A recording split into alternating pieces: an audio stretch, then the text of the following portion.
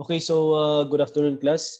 So for today, we will discuss valuation of stock or stock valuation. So we have here stock or shares of stock. It represents a form of ownership in an entity. Okay, and shares may take several forms of different organizations, and these several forms entitle the owner or shareholder different rights. So pwedeng meron tayong tinatawag na ordinary shares, okay, and the other may be classified as preferred share. So if we have ordinary share, definitely this share entitles a holder the right to vote. Okay, while in preferred share there is no right to vote, but the stockholder or shareholder has the preference in the distribution of profit as well as asset of the firm in case of liquidation. Okay, so in this chapter, okay, we will discuss the following: different kinds of stocks, different kinds of preferred shares, non-discounted method in valuing stock, and discounted method in valuing stock, such as discounted dividend model or the David Gordon model, and corporate valuation model. Okay, so as to stocks or different kinds of stocks, you have ordinary and preferred stock. Okay, what are the characteristics? So number one, we have as to claim over asset, ordinary shares and preferred shares.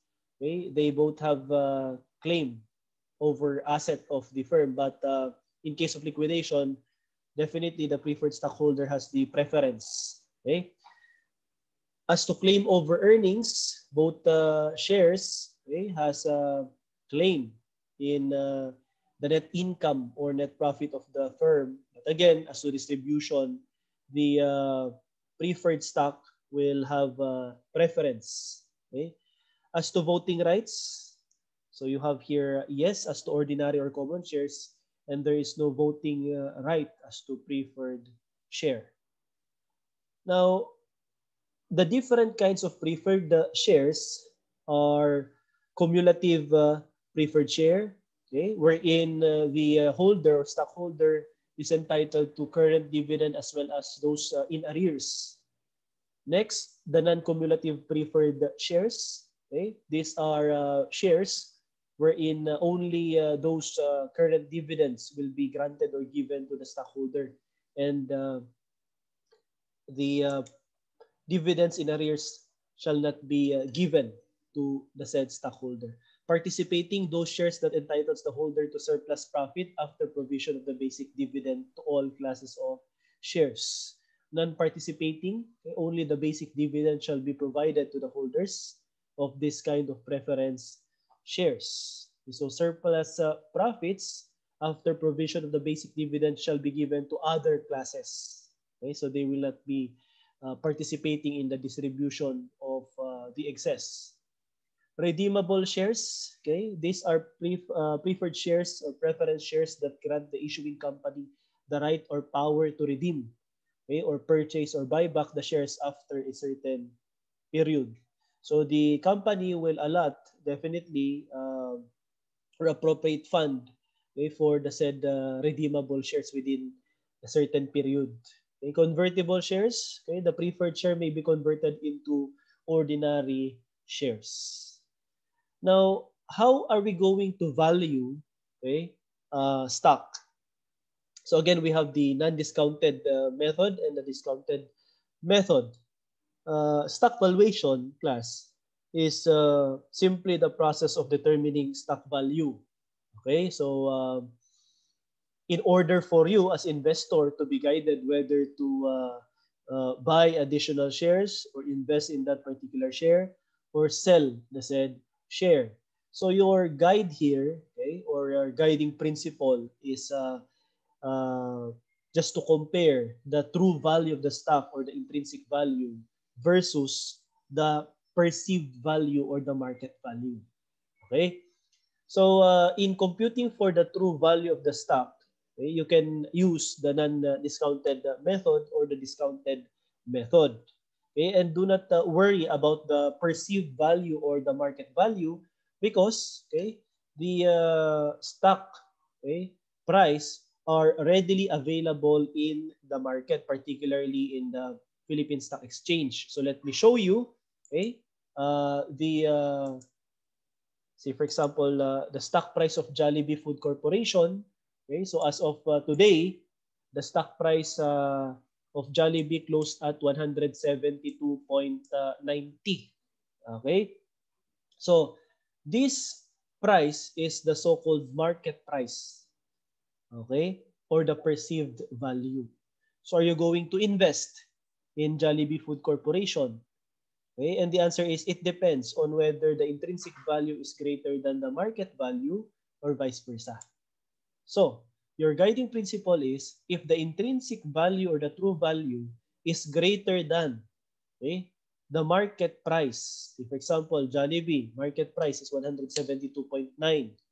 If the intrinsic value is greater than the market price, then your decision should be to buy or purchase, or acquire additional shares, because the stock price is definitely undervalued. But if the true value is less than the market value, the stock is perceived to be overvalued. So your decision should be to sell. Okay, so let me go back. So this should be your guiding principle. Okay, the intrinsic value or the true value, if it is greater than the stock price or the perceived value, then it is undervalued, so you have to acquire. If the intrinsic value or the true value is less than the stock price, then it is overvalued, so your decision should be to sell. Okay. So now that we are through with the principle in determining whether to buy or to sell, let us focus on how to compute the intrinsic value. Hello, sir. Hello? Hello?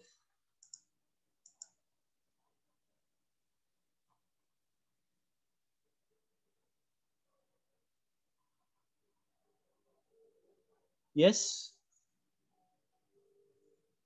May question ba?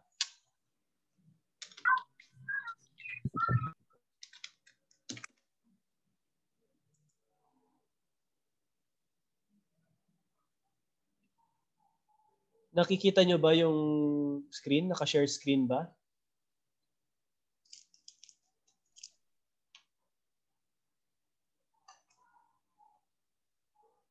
Okay, so let me continue class ha. Okay, so naka-record naman tayo ngayon. Okay, so let me continue the methods of stock valuation. So we have the non-discounted technique, okay, such as the book value or net asset value approach and the price, okay, earnings relative value approach. Ito yun. Okay. So let us first discuss the book value or net asset value per share. So the net asset value or book value approach utilizes the total shareholders' equity, a portion of the financial statement. Okay, so definitely, kailangan mo muna i-compute ang net asset at ang net asset class is equivalent to asset minus liability. Or technically, that is your total shareholders' equity. Okay, so ito yon, total shareholders' equity, divide it by number of shares outstanding. Okay, and if we're speaking here of number of shares outstanding, may focus on common shares kasi siya yung merong voting rights. Okay? Ngayon,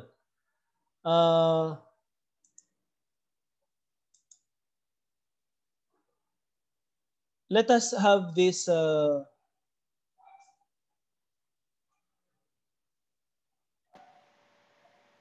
illustration or formula. Okay?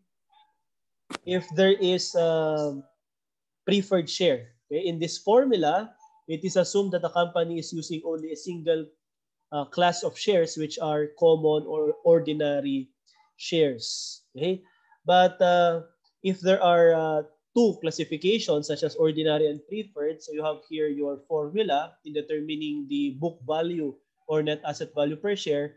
Total shareholders equity less the total equity attributable to preferred shares. So yan yung preference shares and yung APIC niya, okay, ng preferred shares divided by the number of outstanding common shares.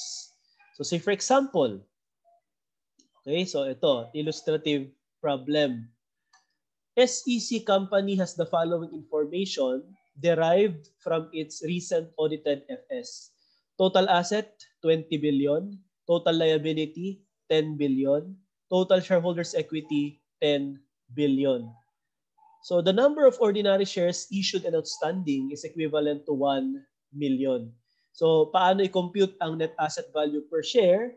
Okay? So total shareholders equity divided by number of ordinary shares issued and outstanding. Okay, dapat outstanding, hindi yung ACS lang. Okay? So your net asset value per share is 10 per share. Okay, so kung 10 pesos ang basis mo and that is your intrinsic value based on the net asset value per share, okay, i-compare mo lang siya sa market price or stock price. Okay, so kunyari, Jollibee Food Corporation, kunyari, nakita natin 172.9. Yun ang market value niya. Tapos ang na-compute mo na net asset value per share is 10 peso per share. So definitely, overvalued yung Jollibee Food Corporation. So your decision should not be a buy, okay, or purchase, but a sell, okay, decision. Okay, so dapat magbenta ka ng stocks ng Jollibee. So ayan. Now, if the company had another class of stock such as preferred shares amounting to 600 million, okay, with total equity of 2.5 million. So tanggalin mo class, no, yung 2.5 million, okay, as the peso value of the 600 million preferred shares. So hindi yung number of shares ang tawag nun ang tanggalin, kundi yung peso value. So 10 billion minus 2.5 billion divided by 1 million outstanding common shares, 7.5 na ang outstanding net asset value per share natin na common shares. Okay, so this is how you compute based on the book value or net asset value per share approach. Aside from the book value, we have the price earnings relative valuation approach. Ano naman itong price earnings relative valuation approach? O class, kung kanina nakadepende tayo doon sa shareholders equity, ito naman price earnings ratio ng industry. Tapos imomultiply mo doon sa net income. So kanina nasa balance sheet tayo nakafocus. Okay? Ngayon naman sa income statement. Sir, paanong income statement? O paano ba i-compute ang price earnings ratio? It is the market price per share divided by earnings per share. Or simply, market price, okay, divided by earnings. Okay? However, yung price earnings na sinasabi natin dito, price earnings ratio, is ano class, no? It is the price earnings ratio of the industry. Okay? So ano yung industry? Ito naman class, papakita ko sa inyo. Okay, you can search sa PSE Edge. Okay? Na portal. Dito, you have your company list. No? Makikita mo dito yung sector. Okay, sa sector na yan, nandyan ang financial sector, industrial, holding firm, property, services, mining and oil, SME at saka exchange traded fund. Say for example, financials. Sa financial sector, okay, kung isa-search nyo, ito class yung mga nasa financial sector or industry, no, ng ating SEC or Philippine Stock Exchange. So you have your banks, BDO, ayan, BDO, Asia United Bank, Citysec Online, okay? iRemit, insurance, Philippine Savings Bank, etc. Okay? So kung ano ang nasa industry, financial industry na price earnings ratio, that will be your basis. Okay? Para ma-picture mo yung buong impact sa industry nung PER niya. Ngayon, sir, kung yan ay pang-industry, ano naman yung impact niya doon sa particular firm na bibilhin ko? Say for example, BDO. So ganitong gagawin nyo class under this price earnings relative valuation approach. This is your formula. Okay? So lakihan natin. Yan. The corporate value, okay, should be computed first. Paano mo i-compute ang corporate value? The net income of BDO, example BDO, net income, okay, for the year, multiply it by the price earnings ratio of the similar company. So, kumbaga yung industry price earnings ratio. Okay? Para hindi ka nakafocus lang sa iisang kumpanya, similar in companies na sa industry yan. Okay? Then that will be your corporate value. And this corporate value will be divided sa number of ordinary shares issued and outstanding. Okay, so that you can compute for the value of the stock. Example. Bigay tayo ng example. So, before we proceed, okay, sabi dito, in the above formula, the current or projected net income of the company is multiplied by the price earnings ratio of similar companies to get the corporate value. Okay, so ito yon, example natin.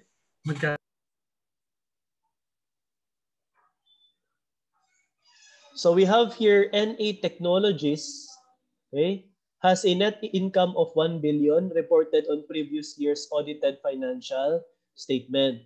In the same period, the company has 1 billion in shares issued and outstanding. Okay, so NA Technologies is currently operating in the computer and gadget industry.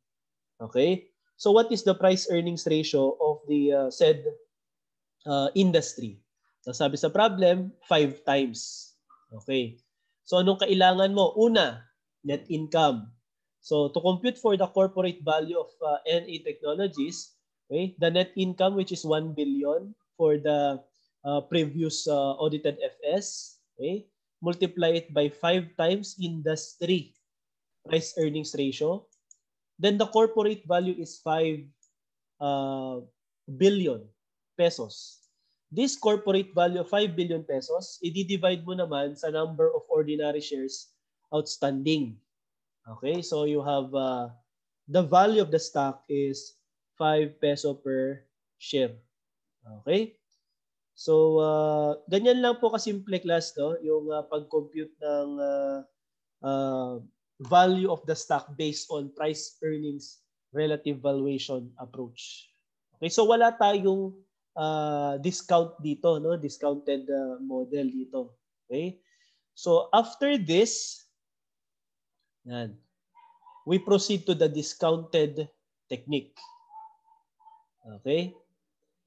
What are the different methods under the discounted technique? Mayroon tayong dalawa. Okay? The most common valuation technique involve the consideration of future cash flows that may be generated from such stock. So ito yung dividend growth model or the discounted dividend model. Okay? So ito class, hindi na to bago sa inyo. Okay? Kasi nag-financial management na kayo last time and na-discuss na sa inyo yung David Gordon model or the dividend discount model, which is a formula or model in determining the price of the stock today. If the expected dividend, okay, or dividend for the year is present, okay, if the cost of common shares or equities required rate of return is present and the growth rate is also present. Okay? So, sa discounted dividend model, ito yung mga elements na kailangan nating alamin para makakompute tayo ng stock price today. Okay? Makakompute na class, hindi ko sinasabi na yan na yung magiging price niya sa market. Hindi, intrinsic value ang kinocompute natin. Kasi ang market value, okay, or perceived value ay present na yan dito. Okay, ayan. Based on, na-discuss ko na to class, no? Okay, nagbigay na tayo ng example dati. Okay, yung bid and ask. Ito, bid price, ask price. Okay, just to give you an idea, NFB stands for net foreign buying or selling.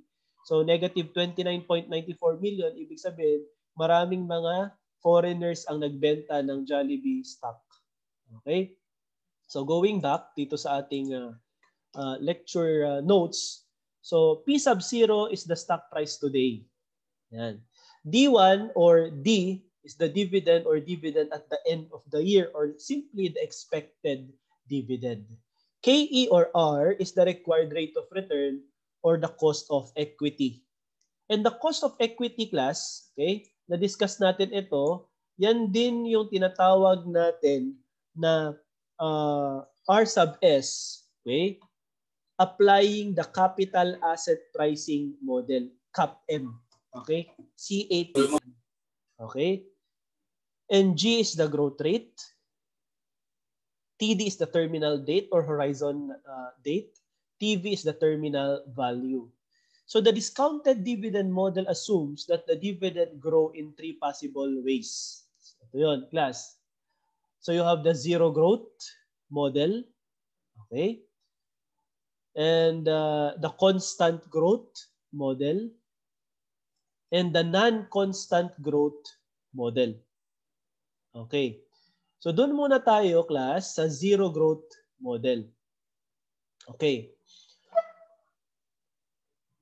A zero growth or no growth stock, okay, is a situation where a stock and its dividend do not grow. Ibig sabihin, wala siyang growth rate. Wala siya nito. Okay? Wala siyang growth rate. So definitely, okay, the formula in computing for the price is simply dividing the dividend by its cost of equity or the R sub S. Example, RF Hotels, okay, Corporation has paid 5 peso dividend last year. So kung 5 last year, expect na ngayong year na to, 5 pesos pa rin ang dividend. Expect na next year, 5 pesos pa rin ang dividend kasi hindi nag-grow. Okay? So walang increase sa dividend per year. The company expect that this dividend will not grow in its succeeding years of operations. The shareholders expect 10% return on RF stock. So magkano ang price ni RF? So based on this formula, dividend discount model which is computed based on this zero growth stock model, okay, without growth rate, it is equivalent to 50. So 5 peso per share na dividend divided by 10% cost of equity, 50 peso ang price. So kung ito yung stock price ng RF, na intrinsic value, na true value, i-compare mo ngayon siya sa stock price niya sa market. Okay. Higher than 50 ba ang bentahan or lower than 50? Kapag lower than 50, discounted siya, so your decision should be to buy. Kapag higher than 50, okay, overvalued siya, then your decision should be to sell. So, ganyan lang po. Okay, ang ating tinatawag na zero growth model. Now, how about constant growth model? So pag sinabi natin constant growth stock, okay, pare-parehas ang percentage ng growth rate niya. From the start until siguro 5 years o kaya naman 10 years, so on. Constant yung growth rate niya. Okay? During the duration ng kanyang life as a corporation. This is a situation where a stock and its dividend grow at a constant rate through its life. Okay? So constant growth stock exhibit a kind of growth rate that does not change during the life of stock. In fact, zero or no growth stock may be a form of constant growth. Only that it has zero or no growth. Diba? Constant din naman pala, no, class, kapag ka zero growth eh. Constant nga lang na hindi nag-increase. Yan. Pero ngayon, dito sa constant growth na may growth rate, okay, The formula now is P sub 0 equals to dividend 1. Ano ibig sabihin ng dividend 1? D sub 1 is the expected dividend. Okay? Or the dividend, okay, at year end. Yan. So kapag sinabing D sub 0, alam nyo na yan class, yan naman yung last year's dividend. Okay. So all you have to do class, kapag kayan ay D sub 0, i-multiply mo ng growth rate para makompute yung D sub 1. So class ha, ang importante ay D sub 1. Yan. Divide it by R minus G. Okay. Emphasis should be drawn on D1 component. The dividend used in this formula should always be dividend at the end of the year. Okay, so now, let us illustrate. Okay. Double N stock is expected to declare 7 peso dividend at the end of the year. So anong klaseng dividend yan? D sub 1. Kasi ang term na ginamit, end of the year. Pero pag sinabi niyang last year, okay, D sub 0 yan. Now, similar stock return, 16%. So that is now your R sub S. Double N stock is expected to grow at a rate of 6% annually. So you don't need to apply the 6% dun sa 7 peso dividend kasi nga expected na yung dividend na 7. Okay? So to compute now the stock price of double N, okay, so you have here 7 divided by 16% minus 6%, that's 10%. So you have here 70 pesos ang price of the stock today. Okay, so the true or intrinsic value of the stock ni double N ay 70. Tsaka mo na naman i-compare doon sa market price or the price sa Philippine Stock Exchange kung higher ba sa 70 or lower sa 70. If it is higher than 70, again, the stock price is overvalued, so your decision should be, okay? So overvalued, to sell. If lower than 70, the price is undervalued, so your decision should be to buy. So ganyan yun lang class alamin, and this is the formula under the discounted dividend model, okay? Particularly the constant growth. At ngayon, mas challenging itong non-constant growth. Okay? Kasi pag non-constant growth, may period pala na pare-parehas ang growth rate. Say for example, for the first 3 years, 5% ang growth rate. Siyempre kapag nakaarangkada na yung business, baka mas tumaas yung growth rate niya to 7%. Okay? From 4th year until 10th year. Ngayon, kung nakuha na niya yung peak niya, baka naman bumagsak naman yung growth rate. Yan. So, ito mas mas realistic itong non-constant growth stock. Okay? And a non-constant growth stock is a situation where a stock and its dividends grow at a different rate at the earlier part of its life. So, such growth shall terminate at a horizon or terminal date. So, pwedeng there is a certain period na volatile yung kanyang growth rate, increase, decrease, tapos until such time na mag-normalize na magiging constant na yung growth rate.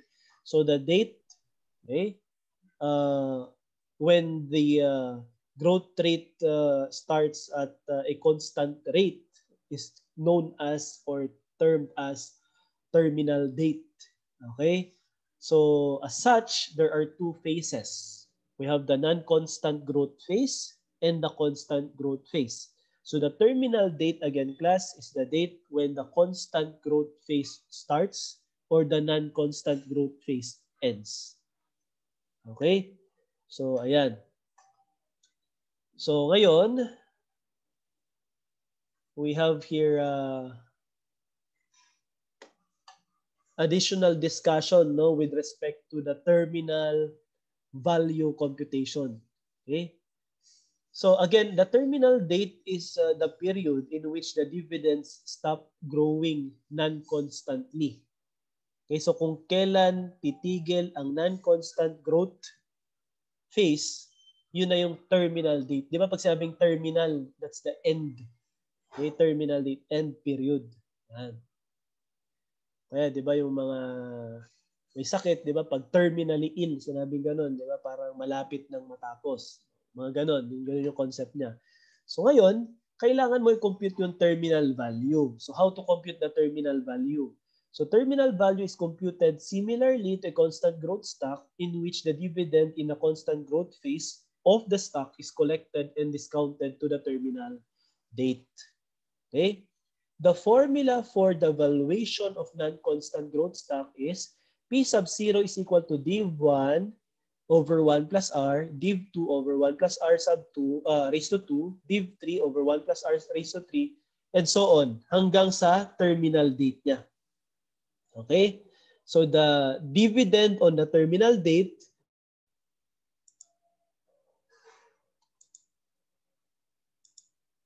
okay, so let us continue. Okay, so this is your formula class, okay? Formula for the evaluation of non-constant growth, okay? Stock. So P sub 0 is equivalent to div 1, 2, 3, okay? And then plus dividend on the terminal date. And then you have here divided by 1 plus R raised to 1, raised to 2, raised to 3, or raised to up to the terminal date period. And then plus terminal value over 1 plus R raised to terminal date period. And again, the terminal date is the date when the non-constant growth phase ends and the constant growth phase begins. Okay? So, in computing for dividend beyond dividend 1, so ito class, no, pag gusto mo i-compute yung dividend 2, all you have to do is just to multiply dividend 1 by 1 plus growth rate. Okay, dividend 3 naman, dividend 1 times 1 plus growth rate to the second power, or dividend 2 times 1 plus growth rate. This is not new to you, class. Okay? And the terminal value, okay, the terminal value is the dividend on the terminal date plus 1 over R minus G. Okay, pwede ka nang magsimulang mag-compute ng R minus G because your growth rate here is constant. Okay, so let us illustrate. Okay. A Industries expects to pay 3 peso per share dividend to its common stockholders at the end of the year. Okay? The dividend is expected to grow 25% a year until the end of third year. So, the terminal date is end of third year.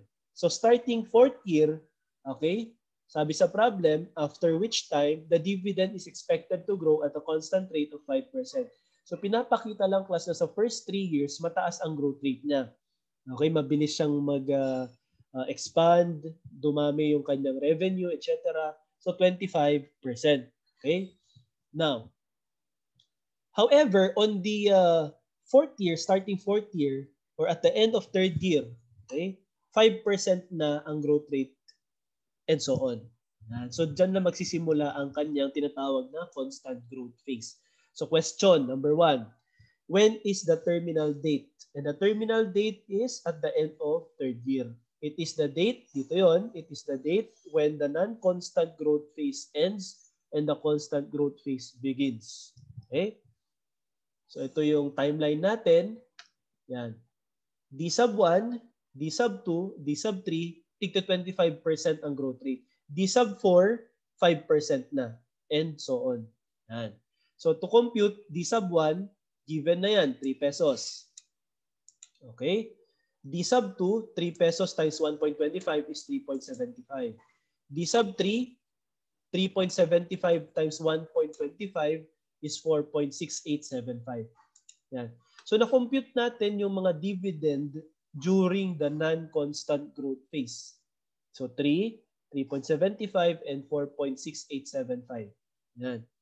Ngayon, i-compute mo naman yung dividend 4. So the dividend 4, again, is equivalent to dividend 3 times 1 plus R. But this time, instead of multiplying 25% or 1.25%, ang i-multiply mo na ay 1.05%. Okay, 1.05 na. Kasi constant growth rate na tayo. Okay? So the dividend for now is 4.921875. Okay. So kapag non-constant growth class, ito non-constant, ibalik ko. Ito yung problem. 3. So i-compute mo muna yung dividend per year hanggang matapos ang non-constant growth niya. So div 1, div 2, div 3. Then i-compute mo yung simula ng constant growth na dividend. So after mo makuha ang 3 pesos, 375, 4.6875 and 4.92175, i-discount mo na silang apat. Okay? I-discount mo div 1, div 2, div 3 at idadagdag mo yung discounted value naman ng terminal value. And the terminal value requires dividend 4 para ma-compute mo yung terminal value. So kaya ito class, no? Terminal value is equivalent to dividend on the terminal date plus 1. And the terminal date class is year 3. So D3 plus 1. So yung div 4, itong div 4 ang kailangan mo. Ulitin ko class ha. D sub TD plus 1 means that the dividend on the terminal date plus 1. So dividend, okay, on the start of constant growth phase or dividend, okay, after the end of the said non-constant growth phase. Okay? So the terminal value this time is equivalent to 4.921875. Ito yon. Divide it by 12 minus 5. Constant na kasi siya. Hindi po 25 at 5. Ayan. So 12 again is your R sub S. G is your growth rate. And then you have your 70.3125. Sir, yan na po ba yung price today? No. Terminal value pa lang yan. So ang gagawin mo, okay, i-discount natin at ibabalik natin today, this is 0.